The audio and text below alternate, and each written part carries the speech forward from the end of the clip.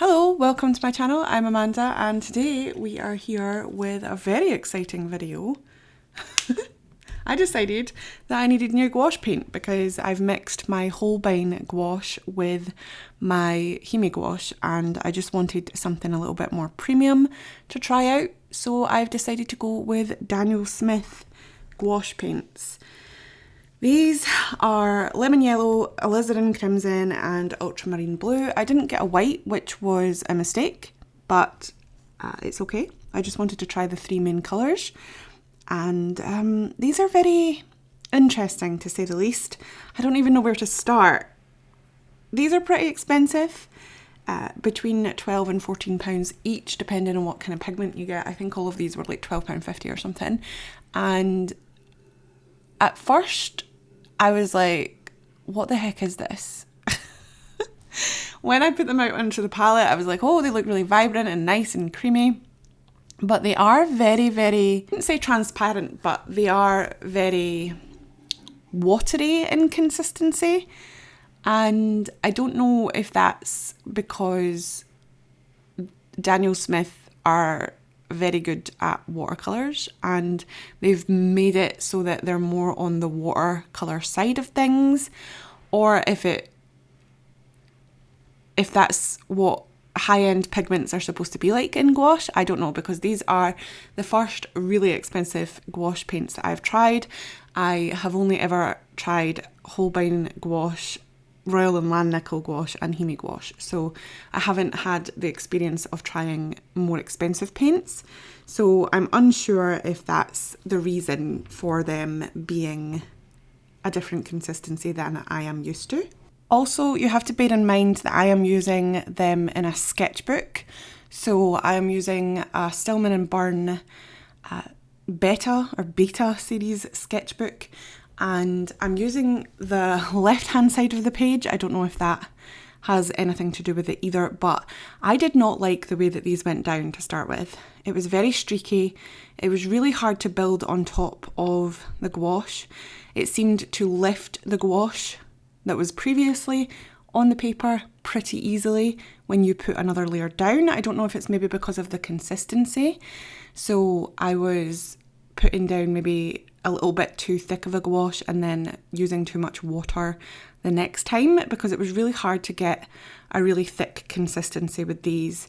And I rarely even used any water with this. Like, a lot of the time I was just dipping my brush in and even dabbing it off so that I wasn't using as much water. I decided to keep in the mixtures just so you can see exactly what the consistency was like.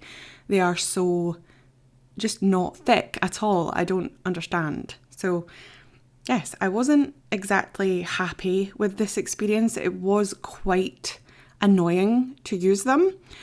I'm using a Princeton brush as well, by the way. It's Princeton Velvet Touch number 6 round, and I decided to get this because a lot of people that use gouache use these brushes and I thought it would be a good one to try. And I do enjoy the brush, but I was confused about the way that the gouache was laying down. To be honest, the camera actually makes it look a lot better than it is.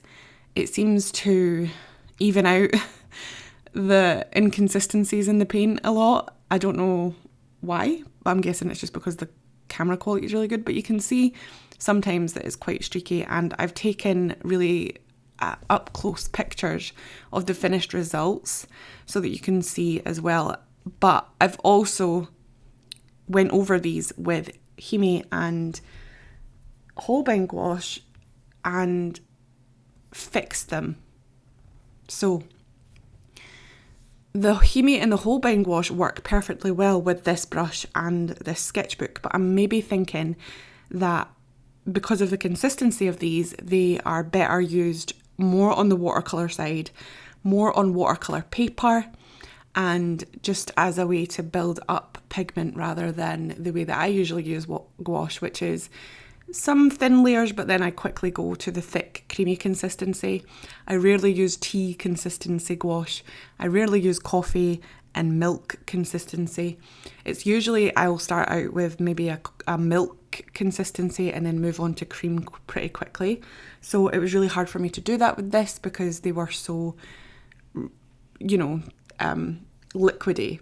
Good points about these is that they are really extremely vibrant and they are easy to mix. I think. One of the other things that I was struggling with was the colours as well. I'm not used to using cooler toned colours. I usually go for the warmer side. So I had a alizarin crimson, and that's quite a dark red. It's a dark purpley red. So it was quite hard to get the colours that I wanted, especially on the pepper. And I actually cut the pepper, the bell pepper, out of this completely, the process, because it was just getting on my nerves. And I ended up covering it completely with Himi gouache anyway. So that is something to note as well, that not only was I struggling with the paints, but I was struggling with the colours of the paints as well. But I will say that when I added the Schminky white, I'm just doing that now actually, into the paints, it did help the consistency a lot. So I think that these would be good to use in conjunction with other paints and mixing them together with other paints. So for instance, mixing the alizarin crimson with a blue from Holbein or Himi, mixing the yellow with a red from Holbein or Himi, and so on and so forth. So yes. I also just seem to forget how to paint with gouache. I don't know if it was because these act a little bit differently than gouache usually do, or if it was just me that day. I wasn't having a good day and it was really hard, but I just couldn't do it. Usually I put down quite a bunch of different sort of values of the same colour, and then I go in with a damp brush and I blend them together, but this was impossible to do with this type of paint, because as soon as you started to blend with a damp brush, didn't matter how dry the brush was, it would lift the paint up really easily. Again, I'm not sure if that's because of the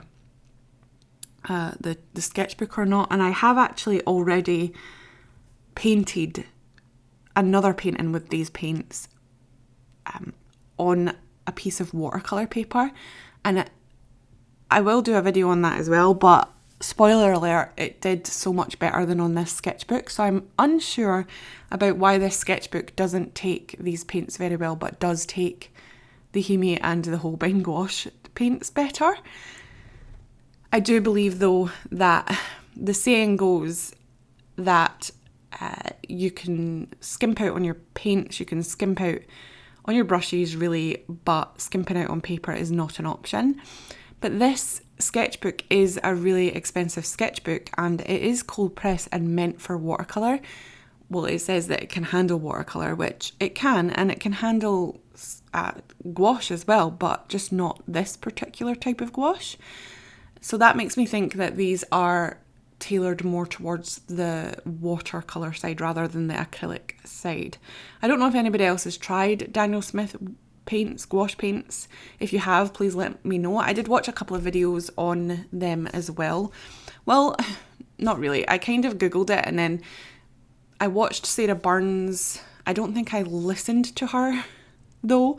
I've already watched that video like years and years ago when I was first starting to get into gouache, but she did a video comparing Daniel Smith with all the other gouache paints that she owns. So that's a good video. I might link that in the description below so that you can see that, because my opinion is probably a very isolated opinion. I have very strong opinions on something, and if I don't like something to start with, then I'm just not gonna like it at all. Like, I'll not give it a second chance. However, I did give these a second chance because they were so expensive. But what I will probably end up doing is adding these to my Himi gouache palette as well, just squeezing them in and mixing them together, because I think that that would be the best plan. I am running out of the lemon yellow a little bit, so I could top that up and mix it in. And I don't really use alizarin crimson or that kind of really cool red that much, but I could add that to that as well. I've got plenty of blues. I don't think I would ever need to add the ultramarine blue to the palette, but I might. I'm just trying to find a gouache that I can use, that I can just squeeze out of the tube onto a palette like this, rather than having the Himi gouache, because the Himi gouache does tend to get a little bit muddy and dull pretty quickly, whereas these paints are really vibrant and they are nice to use if you don't try and lift the paint up. My monitor keeps on flashing on and off. I don't know what the hell is wrong with it. Ever since I changed the HDMI thing, so I'll need to go in and see if I can fix that. But it's throwing me off this voiceover because it keeps flashing and I'm not looking at the actual thing. Anyway, this video is all in real time, so sit back and enjoy watching me fight with these paints, I guess, while I blabber on to you about this. So yeah, I'm really excited to sort of expand my use of gouache. I was going to test these out with coloured pencil as well, but just with the way that I was fighting with them and the way that they lay down and the finish afterwards, I sort of decided that I don't think that coloured pencil on top or other mediums on top would go very well with them. But maybe if we pause this a minute, I might actually be able to tell you in real time whether that is a good idea or not. Okay, so I've just scribbled on top of some of the paints that I have already put down, and it seems to be that the green has a weird texture, and that was the one that I was struggling with the most. So mixing the ultramarine and the lemon yellow together made a weird consistency. It's almost like a shiny consistency. It's not matte and it's very, very streaky. So putting coloured pencil on top of that, I felt a little bit of a resistance, and I don't think you could layer much on top of this paint, but it seemed like the red was completely fine. So maybe they don't mix well together. However, I did mix the red and the blue together a lot.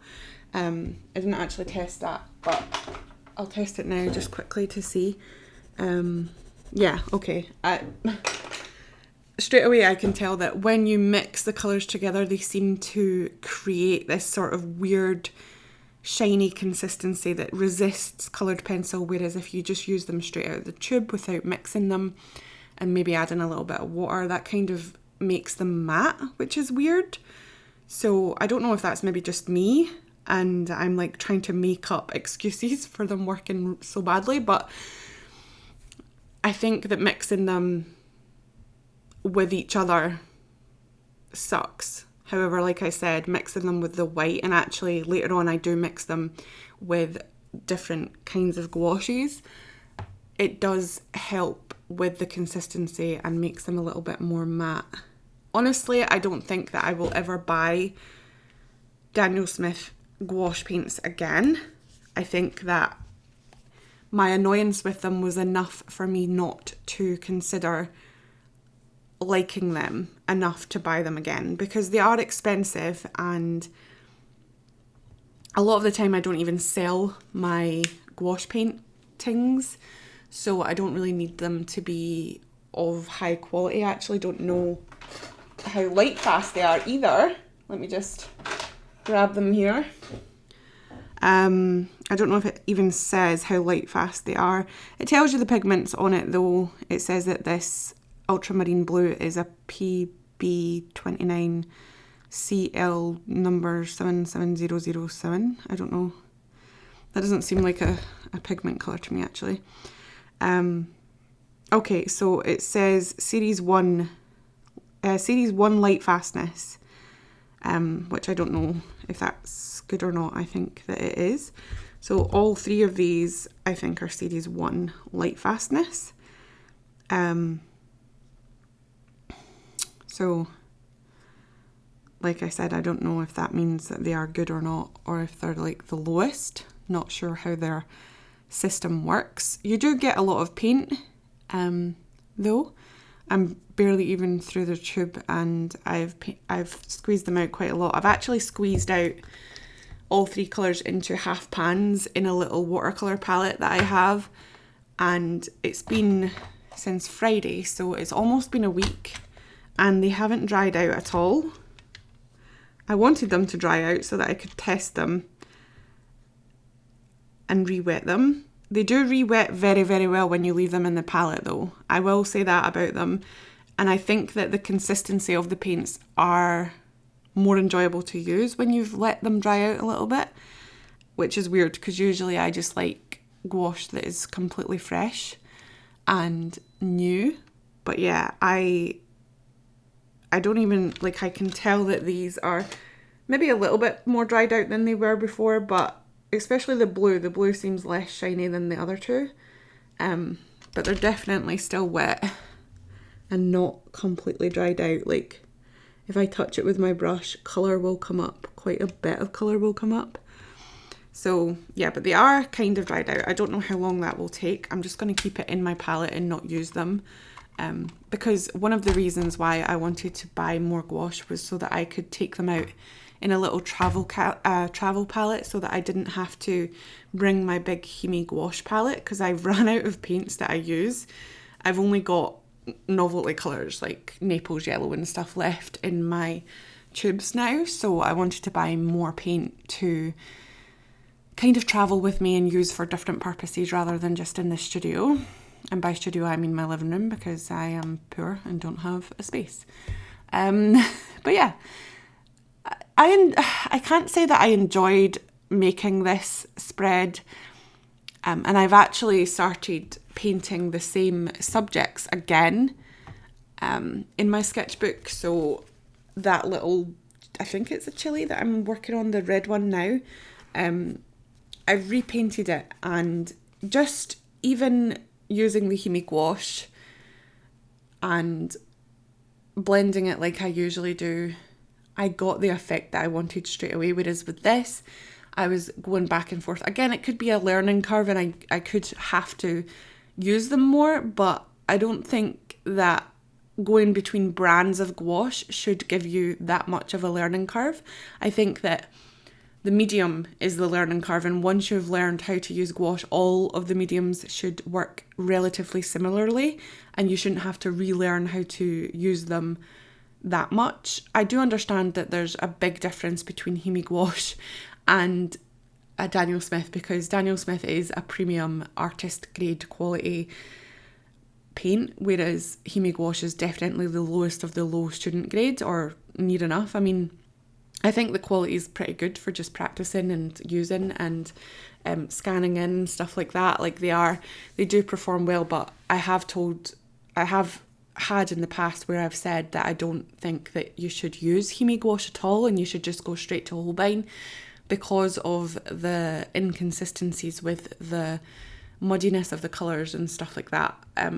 But I do think that they perform in a pleasant way, and I don't know if it's just because I am used to that kind of quality or not, because I realised that Holbein gouache is actually pretty cheap. Like, you can pick a tube up for £3, and that's insane compared to the Daniel Smith ones. I do want to try other brands, but at the same time I don't really want to buy art supplies that I wouldn't use. If I was like a proper influencer and I got paid a lot of money to make these videos, I probably would do that.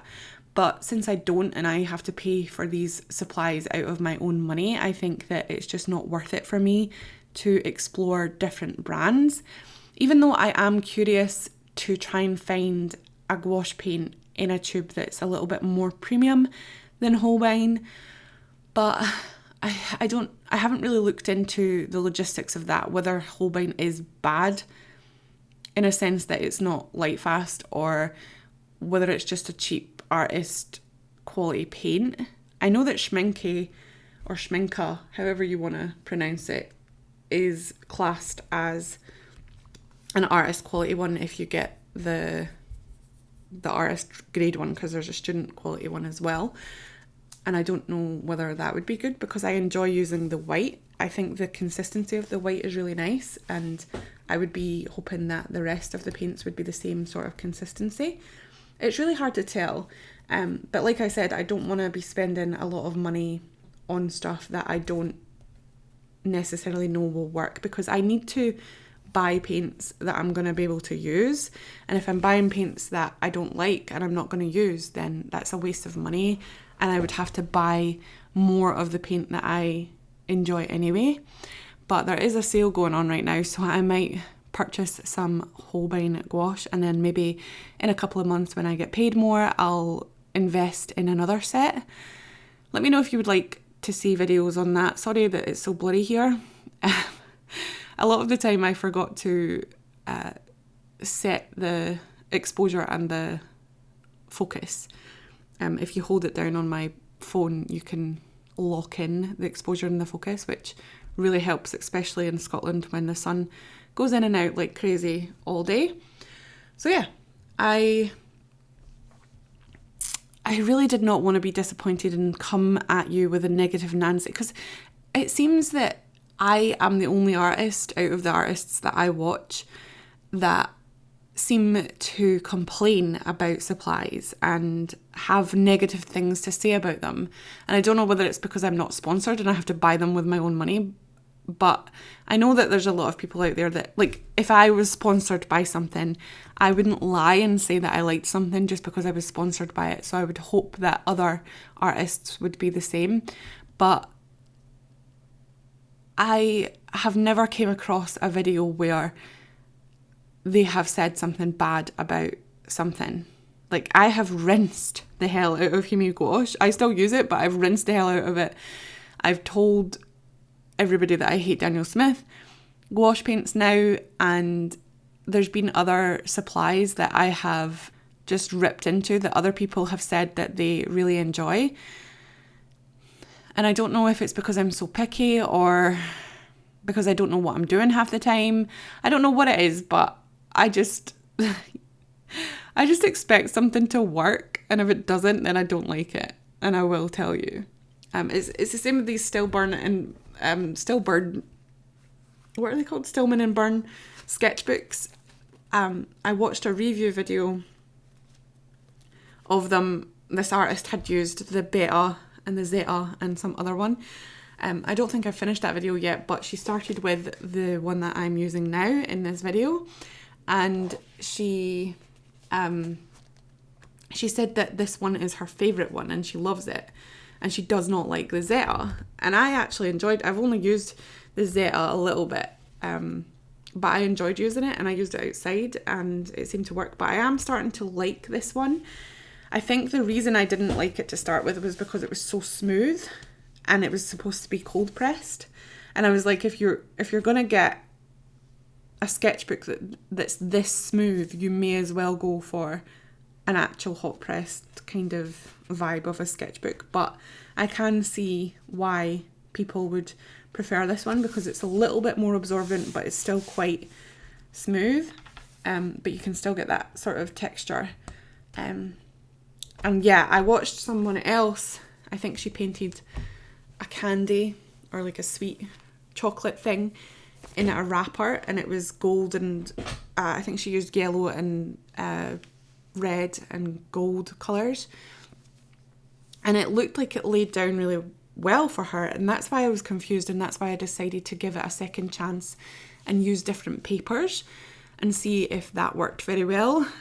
But like I said, I don't have a orangey red, so it's kind of hard for me to enjoy using only the three colours that I have. And also, usually when I try something new, I don't know if you've been here for a while, but you will probably know if you have, when I buy a new supply, I usually go all out and buy the most amount of colours I can. But I have been trying to kind of squash that a little bit, because especially with paint, because you can mix your own colours. But when I decided that I wanted to be a soft pastel artist, which is funny because I spent so much money on those, I bought 96 colours, and then I used them maybe 4 or 5 times, and I haven't used them since. So I'm trying not to buy too many different colours, but I'm kind of tempted to buy an orangey red and maybe even a warmer blue and warmer yellow, just to test to see if I like them. But I know for a fact that I'm not gonna, because of the consistency. The consistency is the most important thing, it's not the colours. I really wish that I did not have this as blurry for so long. I'm hoping that it kind of evens out a little bit soon. So I'm really sorry about that. But yeah, in the end, I eventually just gave up with this page. I just was not enjoying it anymore. It was just annoying me and I was going back and forth far too much. I think I covered that paper that you can see that I just cut out of the video altogether. I think I covered that like 12 times, not even lying. And then the little green one at the bottom and the green one in the middle, those both gave me so much annoyance and jip that I was like, no, I can't do this anymore. So I just stopped.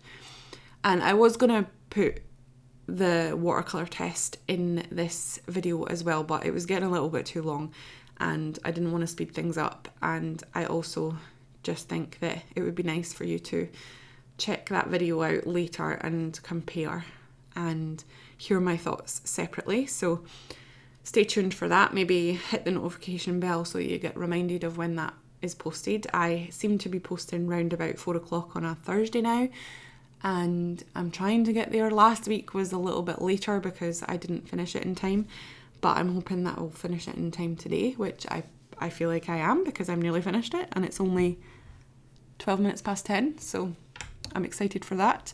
But yeah, I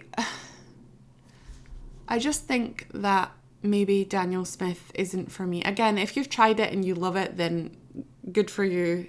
Let me know what kind of papers and what kind of brushes you used. Maybe, again, that is definitely a factor because, like I said, these paints do not like this sketchbook and I don't know why, but it just doesn't, even though other brands do. So it's probably that. And as you can see here, I've actually switched to a different brush as well. I'm using a watercolour brush, which did seem to help a little bit more in the laydown. Oh, there we go, it's in focus again. God, that took a while. Right at the end of the video as well, pretty much. But yes, I did try my best to make it work, but it just was not working. And I kind of felt disappointed in the paint. And that's my final verdict, is that I don't think that they're worth it. I don't think they're worth the £12. But anyway, I will put in the pictures here so that you can see them. And you can see how bad it looks up close because, like I said, the video seems to even it out and smooth it out and make it look better. So we can compare in a minute. That'll pop up and you can see the different ones close up. Again, that pepper, I used different colours on there and different gouaches, and that's why it looks a little bit better without the yellowy white colour on top of it. It looks a little bit more blended, and I think you can tell already that it's actually better quality. But here we go. These are the pictures. As you can see, some of them is wet, but you can see how streaky they are, especially in the greys, the greens. And they're just not really, I'm not vibing. See that green there? It's just terrible. So yeah, this is, and the more I layered it on, the worse it got. So that's it. Thank you so much for watching. Please remember to comment, like, and subscribe if you haven't already. If you have, thank you so much for your support.